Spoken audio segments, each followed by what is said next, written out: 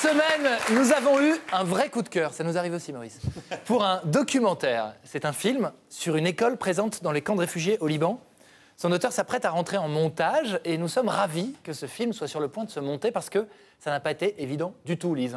Exactement, donc ce coup de cœur, c'est un projet documentaire qui s'appelle Rêve de réfugiés et il est à l'initiative d'Antoine Laurent, un jeune réalisateur et auteur français, totalement impliqué et tellement passionné qu'il a passé 3 ans à faire des allers-retours entre Paris et Beyrouth. Voilà, entre Beyrouth et Paris. Et à Beyrouth, il était exactement dans les camps de Sabra et Shatila. Sabra et Shatila, on le rappelle, hein, c'est ces camps de réfugiés palestiniens bien qui ont été massacrés par des milices libanaises, chrétiennes, c'est ça, sous l'œil de l'armée israélienne au début des années 80. Sous l'œil complice même, on peut dire, de l'armée israélienne. Donc c'est ça, c'était en 82. Et la plaie, elle est toujours ouverte, elle est toujours béante. Et les conditions de vie ne se sont hélas pas améliorées. Heureusement, il s'en est passé des choses, notamment ce centre de soutien né de l'engagement de 3 amis. Aujourd'hui, cette école informelle compte 600 élèves. 3 Palestiniens, hein, c'est ça? C'est ça. 3 réfugiés de ces camps qui ont créé cette école. Exactement, qui sont nés dans les camps et qui ont constaté avec les années que les conditions, en tout cas du système scolaire, se dégradaient et qu'il fallait faire quelque chose. Et donc Antoine Laurent les a rencontrés, est devenu ami avec eux et voilà, il nous a livré quelques images qu'on regarde. On regarde.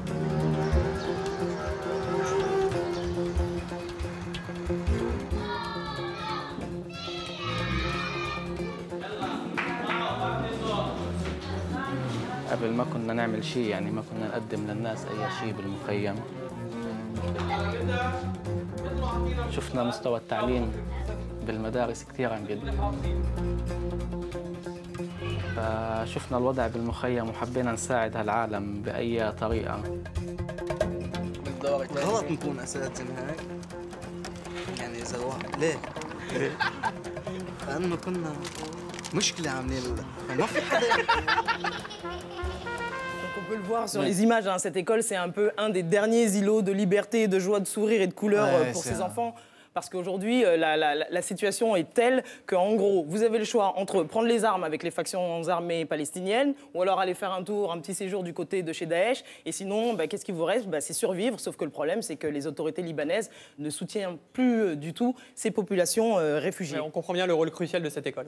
C'est ça, exactement. Surtout, d'autant plus qu'aujourd'hui, on a un second problème qui arrive dessus, c'est-à-dire que maintenant, on a aussi l'afflux de réfugiés syriens aussi. Donc vraiment, c'est un problème dans un autre problème et dans un reproblème. Donc c'est assez compliqué pour eux. Et c'est là tout le combat du réalisateur. Antoine Laurent, hein. Donc ce film, il est en cours de montage, hein, c'est ce qu'on disait tout à l'heure. Exactement.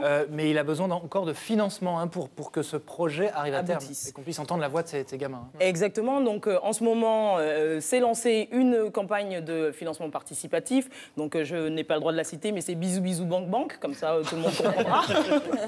Et donc ils ont besoin de 10 000 € pour pouvoir finir ce montage, pour pouvoir éventuellement inviter les 3 personnages de ce documentaire. Et donc moi j'ai hâte de découvrir la suite. J'y ai même participé. Je vous invite à faire la même chose. L'objectif c'est quoi? C'est le cinéma par exemple? L'objectif c'est les salles, exactement. C'est le cinéma. Ouais. D'accord. Et donc Rêve de réfugiés, faites en sorte que le rêve devienne réalité sur le site internet de AJT. Très bien, j'allais le dire, c'est formidable. AJT 4 et sur le Twitter évidemment. Merci beaucoup Lise.